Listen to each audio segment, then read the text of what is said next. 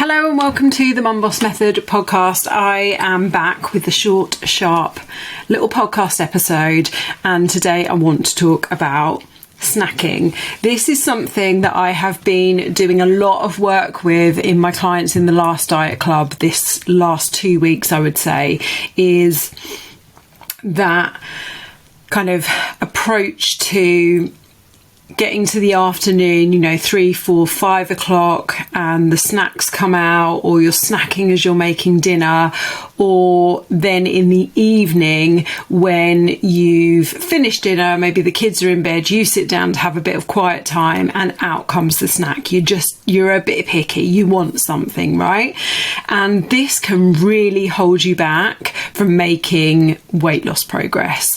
And so what I want to take you through is the exact steps that I take my clients through when they are struggling with this exact thing, which I would say 95% of them are. Okay, now these snacks, you could be like quite a savoury person, you could be a sweet person, it could be a mix of either of them, but whatever it is, you're overeating on these snacks, and that is holding you back from your progress, and we want to stop this. Okay, so I'm going to talk to you about exactly how I do this with my clients and how we lay the foundations to stop this from happening.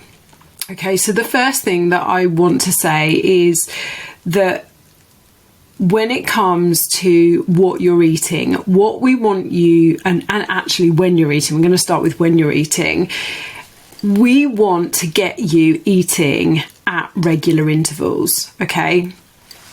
So a lot of clients come to me, and, so many recently, I think I've had 5 or 6 clients start with me, and they've said, I just skip breakfast. I don't eat breakfast. And automatically they're already saying, I don't understand why I'm not making progress because I'm skipping breakfast. I don't eat breakfast. It is so important for you to be eating at regular intervals for a couple of reasons. Firstly, to manage your energy. Okay, I know that the women that listen to this podcast, the women in my network, are busy working women. Most of you are mums, and life is busy, life is hectic, so we want to manage your energy. But when it comes to snacking, even more important, we want to manage your hunger. And how can we manage your hunger if you're not eating for the first 6 hours that you're getting up? Okay, now I'm not going to go into intermittent fasting in this short, sharp episode. We can talk about that another day. It is a tool that can help you, but that's not what we're talking about here. And actually, what I'm saying to you is, of the clients that come to me and say, oh, I don't eat breakfast, I'm skipping breakfast, I like to fast in the morning, but then they spend their afternoons and evenings snacking, that's just proof that intermittent fasting isn't working for them. So what I want to do is to really encourage you to look at regular eating patterns. Okay, having a breakfast time, having a lunch time, having a dinner time, and trying to keep those really similar every day, even at the weekend, so that you can start to manage your hunger, so that you can start to really get into a rhythm and a routine with your body. And your body knows, right? Your body works on a circadian rhythm. It likes to know when dinner time is. It likes to know when it's going to be fed. It likes to know when food is coming. So one of the first things that I will do is I will look at whether my clients are skipping meals, okay? And like I say, the normal ones are breakfast, but sometimes if they're really busy with work, they'll skip lunch, and then maybe they'll have something, little a bit later at 2, 3, 4 o'clock.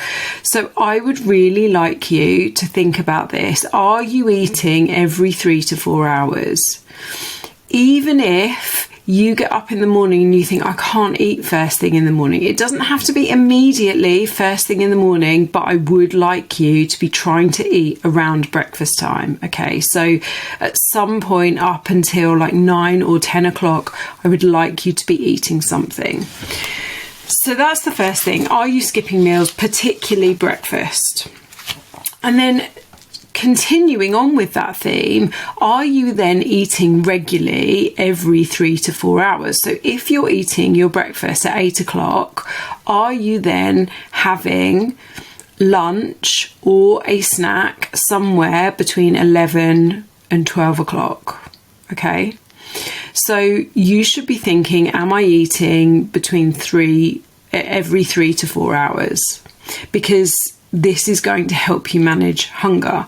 And if you do have breakfast and you have it quite early, maybe you have it at 7:30 and you don't want to eat your lunch at 12 o'clock, that's fine. We can talk about adding snacks in. But I want you to start thinking, am I eating at regular intervals every 3 to 4 hours? Okay, so that's the second step. So first step is, are you skipping meals? Second step is, are you eating regularly every 3 to 4 hours? Right. The next thing that I want you to think about is what those meals contain. Okay.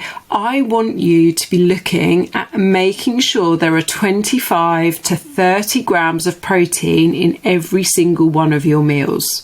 If we go back to the breakfast example, I know so many women who just get up, they maybe grab a bowl of cereal or they grab a couple of slices of toast with some peanut butter on it. There is barely any protein in those meals, and it's no wonder that you are hungry an hour and a half later.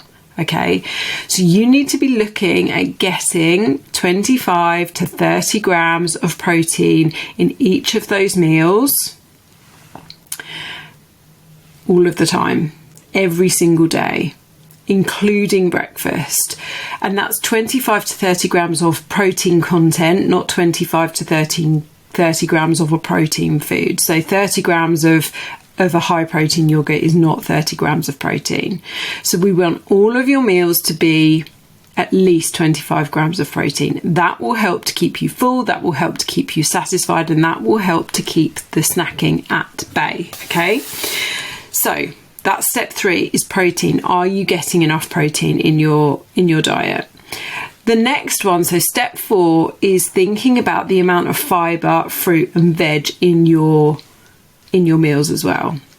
Fibre that comes from our fruit and vegetables, and those fruit and veg are so important for your health. So important. So fibre is really good for your digestive system. It can protect against certain cancers. The fruit and veg have all of the vitamins and minerals that we need, and all of those tend to be relatively low in calories, quite high in food volume, so it's going to help keep you full up. So I recently had an example of a client that started with me a couple of weeks ago, and at the moment she's having a kitchen renovation. And so all she's managing, because she doesn't have much of a kitchen, is a protein shake with almond milk. And I've said to her recently, okay, how can we get a bit more fibre into that protein shake? I understand you don't even have kitchen work surfaces to use a smoothie maker at the moment, but what can we be adding into that? Is there a way that we can be adding some seeds into there to add the fibre in? Can we've even looked at, can she get a little USB smoothie maker where she could perhaps use some frozen fruit that she's thawed overnight and blend up the protein smoothie, so that she's getting a bit of fruit into that protein smoothie and that protein shake in the morning. Protein shakes are great and relatively low calorie. You'll get 20 to 25 grams of protein in that. But at the end of the day, it is just a liquid. It's just liquid. It's not going to keep you full up. So how can we be getting fruit and vegetables into all of your meals? Don't be shy about using fruit and veg in all of your meals and filling up your plate, your smoothies, your yogurt bowls with those fruits and vegetables. So that's what are we on? Step number 4 is fruit and veg. Okay, so we've thought about, are you eating regularly? Are you skipping meals? We've talked about protein. We've talked about fruit and veg. What else? Well, if you are one of these people that does eat their breakfast quite early, as I said earlier, and you don't want to, be then eating your lunch at 11:30, 12 o'clock, because that will then leave a really long stretch in until dinner, then we might need to consider adding in some snacks. But what we don't want those snacks to be is biscuits, crisps, chocolate, because those things are actually not going to keep you full up either. So you want to be thinking about, how can I add in the protein snacks, fruit and veg snacks, snacks that have a bit of fibre in them and have a bit of fat in them. So we're almost creating a little mini meal for those snacks. And this is the thing, we think that our snacks have to be tiny and super low calorie, but actually I want you to think about, how can I use this snack to stretch out my hunger for another hour, hour and a half, even 2 hours at times. So things like protein yogurts are great. You know, a piece of fruit with a small handful of nuts, great idea. So adding in maybe a mid to late morning snack and then a mid to late afternoon snack to kind of stop you doing that snacking whilst you're cooking dinner kind of thing. That used to be my thing, is I'd be cooking dinner with my hand in the Crunchy Nut cornflakes box and really, just not even being considerate of what I was pulling out of that box and how many times I went back for a handful of Crunchy Nut. And then the other thing to consider is, do you need a post-dinner snack? Do you need a post-dinner protein hit? Okay, now this is particularly relevant if you are a perimenopausal woman, because sometimes having a high protein snack before bed can really help with hunger levels, with sleep, and with energy.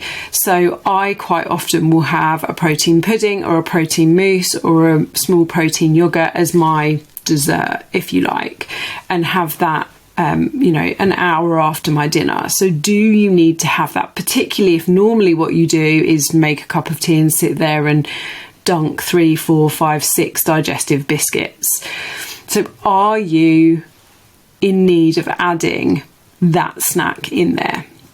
So I've taken you through those steps, and these are the steps, like I say, that we will look at when I start with clients who particularly like an afternoon or an evening snack, along with making sure that all of these meals are within their calorie allowance, and most importantly that they're eating enough, because quite often you're in the mindset of, I must eat less, I must eat less, I must eat less in order to lose weight, when actually what it is that you need to eat more of the nutritious and nutrient dense low calorie food and less of the high calorie nutrient low food.